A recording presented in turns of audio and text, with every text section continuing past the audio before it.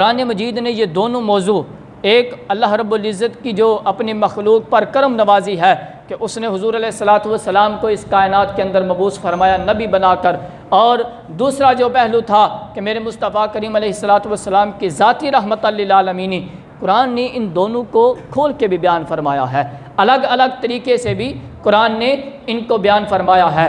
اللہ رب العزت نے ایک جگہ پر حضور علیہ الصلاۃ والسلام کی بعثت کو، یعنی اس کائنات کے اندر بھیجنے کو، اپنی رحمت اور اپنے فضل و کرم کا مظہر بتایا۔ اللہ رب العزت ارشاد فرماتا ہے لَقَدْ مَنَّ اللَّهُ عَلَى الْمُؤْمِنِينَ إِذْ بَعَثَ فِيهِمْ رَسُولًا مِّنْ أَنفُسِهِمْ، تحقیق اللہ نے مومنوں پر احسان فرمایا، تحقیق اللہ نے مومنوں پر احسان فرمایا جب اس نے انہی میں سے ان میں ایک رسول کو بھیجا ہے۔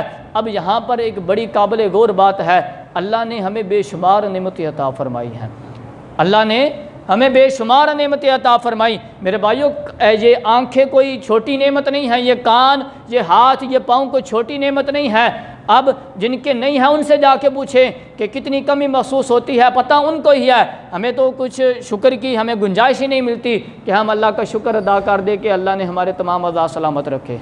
ہمارے پاس تو ایسا موقع ہی نہیں ہوتا کہ ہم اللہ کا شکر ادا کر سکیں۔ پوچھیں ان سے جا کے جن کے پاس ان چیزوں کی کمی ہے۔ میرے بھائیو، اللہ نے ہمیں کھانے کے لیے ہاتھ عطا فرمائے، چلنے کے لیے پاؤں عطا فرمائے، دیکھنے کے لیے آنکھیں دیں اور سننے کے لیے کان دیے۔ بے شمار اللہ نے ہمارے جسم کے اندر نعمتیں رکھی ہیں، لیکن کسی جگہ میرے رب نے نہیں ارشاد فرمایا کہ اے میرے بندے، میں نے تجھے فلاں نعمت دے کے تم پر احسان کیا ہے، اے میرے بندے میں نے تجھے ہاتھ دے کے تیرے اوپر احسان کیا، میں نے تجھے کان دے کے، آنکھیں دے کے، پاؤں دے کے تیرے اوپر احسان کیا ہے۔ اب اگر ہم اپنی روزمرہ زندگی کے اندر بھی دیکھ لیں تو نہ جانے رب ذوالجلال ہمارے اوپر کتنی نعمتیں کرتا ہے، ہمارے اوپر کتنے فضل اور کرم فرماتا ہے، ہمارے اوپر کتنی کرم نوازی فرماتا ہے، ہم ان کا شمار نہیں کر سکتے۔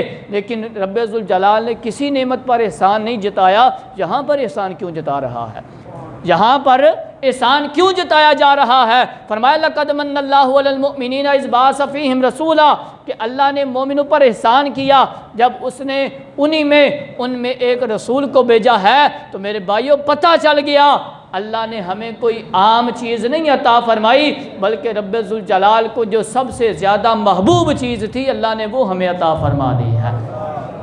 اللہ نے ہمیں اپنا حبیب عطا فرما دیا ہے، تبھی تو اللہ رب العزت ارشاد فرما رہا ہے کہ اے مومنو، میں نے تمہارے اوپر احسان کیا ہے۔ تو میرے بھائیوں، پھر جب اللہ نے ہمیں اپنا محبوب دے دیا ہے، پھر ہم کیوں نہ اللہ رب العزت کے پیارے محبوب کو ملنے کی خوشی میں جو ہے وہ دنیا میں چراغاں کریں؟ ہم کیوں نہ جشن عید میلاد النبی منائیں؟ ہم کیوں نہ اپنے آقا جانی کا میلاد منائیں؟ ہم کیوں نہ اپنے آقا کریم علیہ الصلاۃ والسلام کی آمد کی خوشیاں منائیں؟ رب ذوالجلال خود قرآن مجید کے اندر ارشاد فرما رہا ہے وَأَمَّا بِنِعْمَةِ رَبِّكَ فَحَدِّثْ، اے میرے بندو، جب تمہیں اللہ کی طرف سے کوئی نعمت مل جائے نا تو اس کا خوب چرچا کرو، اس کا خوب چرچا کرو۔ اب مجھے ذرا بتائیں، کیا حضور اللہ کی نعمت نہیں ہے؟ کیا حضور اللہ کی نعمت نہیں ہے؟ بے شک اللہ کی نعمت ہے، کیونکہ جس کے صدقے رب ذوالجلال نے ساری کائنات کو بنایا، رب ذوالجلال خود ارشاد فرماتا ہے کہ اے محبوب، اگر تجھے پیدا کرنا مقصود نہ ہوتا تو میں اپنا رب ہونا بھی ظاہر نہ کرتا۔